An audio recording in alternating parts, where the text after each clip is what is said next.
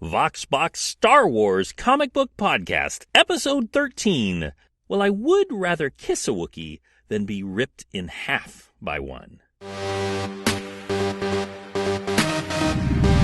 What is thy bidding, my master? There is great disturbance in the Force. The Vox Box Star Wars Podcast. Your source for Star Wars comics, news, and more. And now your host, Michael Corley. Welcome back to the Vox Box Star Wars Comic Book Podcast. I'm your host, Michael Corley. Thank you so much for listening today.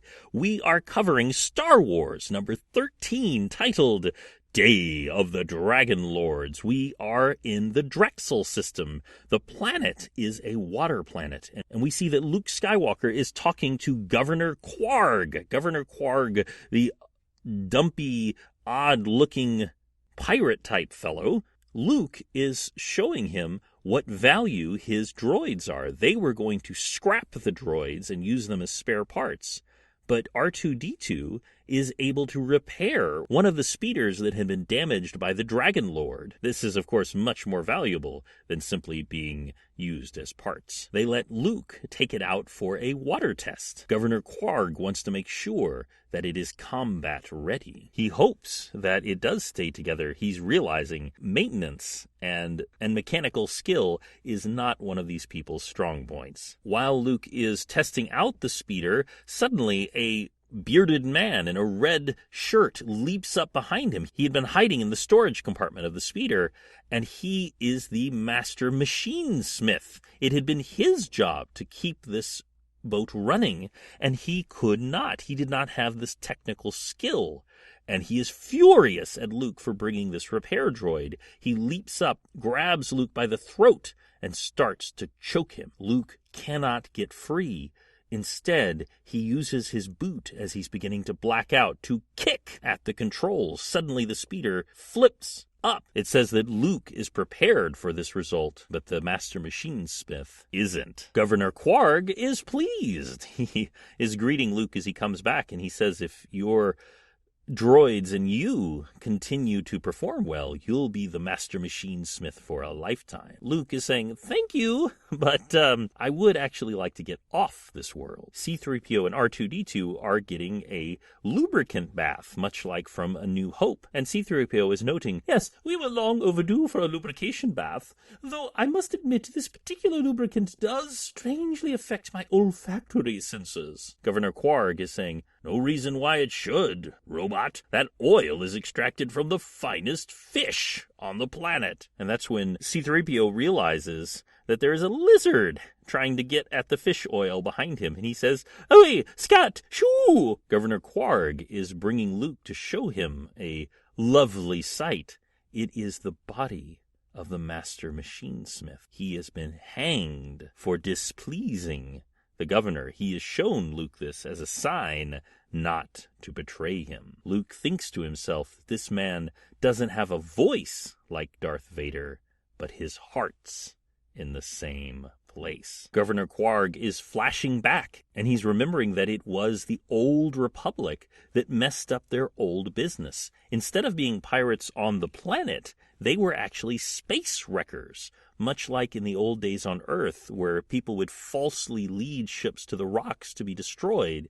They would bring in ships from other systems, destroy them, and then steal their cargo and salvage. But eventually that attracted the attention of the Republic and its Jedi Knights. They were able to escape, but after that, they were trapped on this system forever. He said they would have thrived, except for two things. One, they were constantly attacked by the sea dragons of this world, and also the technicians of his crew revolted. They claimed that what Governor Quarg and his people were doing was causing the dragons to attack, and they left the colony late one night. Instead of perishing as he expected, they became his deadliest enemy, the Dragon Lords. That's when one of Governor Quarg's people uses one of their few remaining scanners to tell them that a ship has just come out of hyperspace, and Luke recognizes the kind of craft as an Imperial cruiser. This cruiser, of course, is the one owned by Crimson Jack, who is getting ready to kill Han for bringing him to a water world that couldn't possibly have the treasure that he had promised. But before things can progress more unpleasantly for Han Solo, suddenly the ship begins to shake. All systems fail, including artificial gravity. As the emergency power cuts in, that has given Han Solo and Chewbacca time to escape. Han is saying to Chewie, "Oh, the princess? Yeah, I suppose we'll have to pull her feathers out of the fire as usual." He doesn't realize that Princess Leia is behind him. She has already knocked out several guards and has gotten 2 guns, one of which she gives to Han as they begin to make their escape to the Millennium Falcon. Han is firing his blaster. Leia is firing her blaster. Chewbacca is throwing pirates left and right with his incredible strength. They are able to get onto the Millennium Falcon in the confusion and escape to head to the planet and try and find Luke Skywalker. Why did Crimson Jack's ship go crazy? It was Governor Quarg. He had sent out the old jammer that his father had used before him. But the Imperial ship is so big, and also their equipment is getting so faulty, that it is not able to actually bring it down out of the sky. That's when one of the pirates calls out that a full-fledged dragon attack is imminent. The speeders are heading out to shoot the dragons and their dragon lords. Luke Skywalker is going out with them, but not to attack the dragons, to see if he can escape. That's when Han Solo literally comes skipping in to the planet. Leia is saying, "Han Solo, what have you done?" And he's saying, "Princess, I think we've just interrupted somebody's war." In a somewhat amusing moment, the Millennium Falcon actually skips like a rock to land on the water's surface.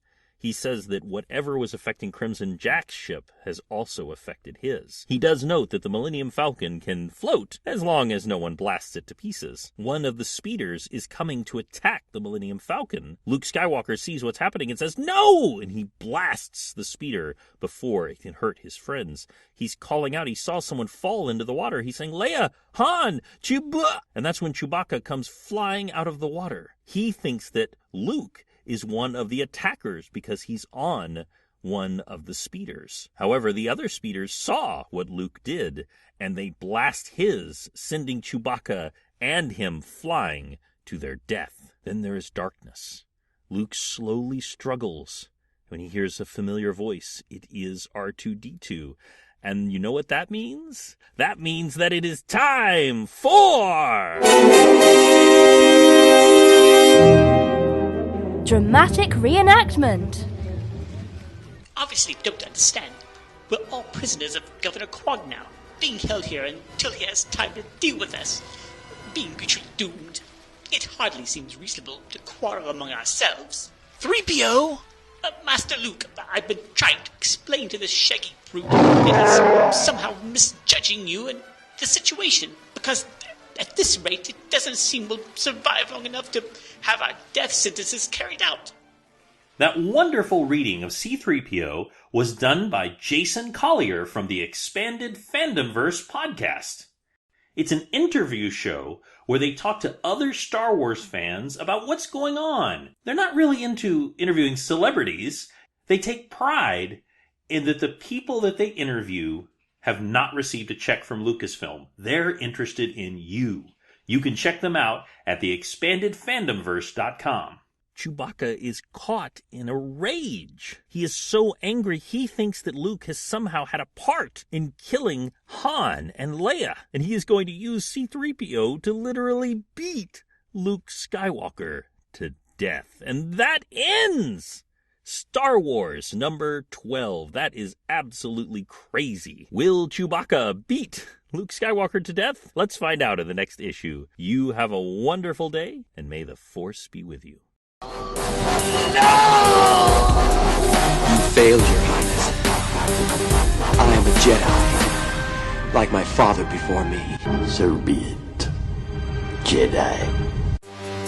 Thank you for listening to the Vox Box Star Wars podcast. Join the Vox Box Facebook page to keep up with the community. Have a great day, and may the Force be with you.